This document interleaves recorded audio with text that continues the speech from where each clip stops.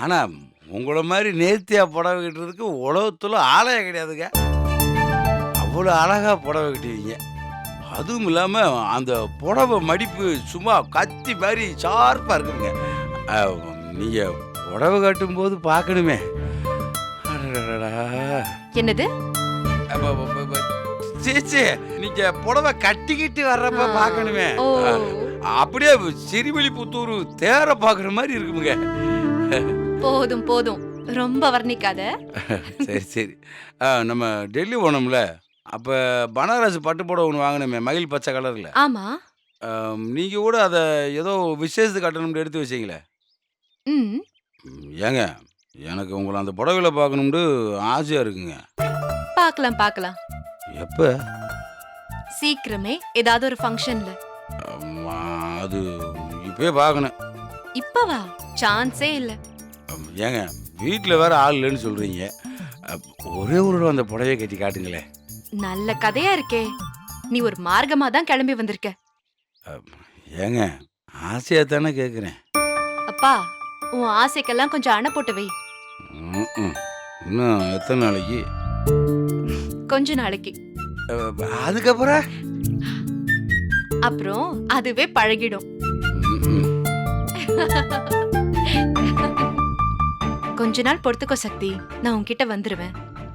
சீக்கிரமா வாங்க. நீ இல்லாம என்னால இருக்கவே முடியலங்க. நீங்க எப்பயுமே நம்ம ரூம்ல என் கூட இருக்க மாதிரியே இருக்குங்க. அதுவும் புத்தகம் படிச்சுக்கிட்டு என்னை பார்த்து சிரிக்கிற மாதிரியே இருக்குங்க. எப்பவுமே உங்க நினப்பாவே இருக்குங்க. சீக்கிரமா வந்துருங்க. வரேன் சக்தி. இந்த தடவை உன்கிட்ட வந்துட்டா திரும்ப உன்னை விட்டு என்னைக்குமே போக மாட்டேன். அது போதுங்க. போச்சு. அண்ணன் வண்டி மாதிரி இருக்கு. அவர் வரத்துக்குள்ள நீ கிளம்பு.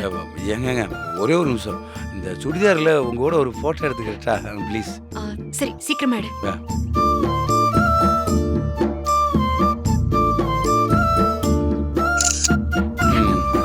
நல்லா இருக்குல்ல? சுடிதார் அனுப்பின உங்க ஃப்ரெண்டுக்கு இதை அனுப்பிச்சு விடுங்க. சூப்பர் மேட்ச்னு சொல்லுவாங்க பாருங்க.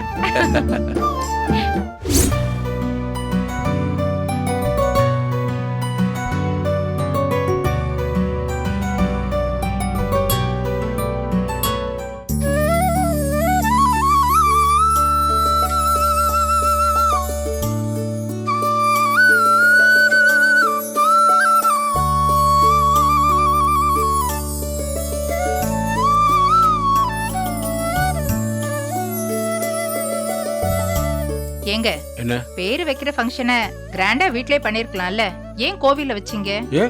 கோயில்ல பேர் வைக்கிறது நல்ல விஷயம் தானே. அதுக்கு இல்லங்க, வீட்லயே வச்சிருந்தா அக்கம் பக்கத்துல இருக்கிறவங்க எல்லாம் வர சொல்லி பெரிய விருந்தே வச்சிருக்கலாம். இப்ப பாருங்க, இவ்வளவு தூரம் தள்ளி கோவில்ல வச்சிருக்கிறதுனால நிறைய பேர் வரவே இல்ல. வரணும்னு நினைக்கிறவங்க எவ்வளவு தூரமா இருந்தாலும் வருவாங்க. குழந்தைகளுக்கு பேர் வைக்கிற மாதிரி ஒரு நல்ல காரியத்தை கோயில்ல வைக்கிறதானே முறை.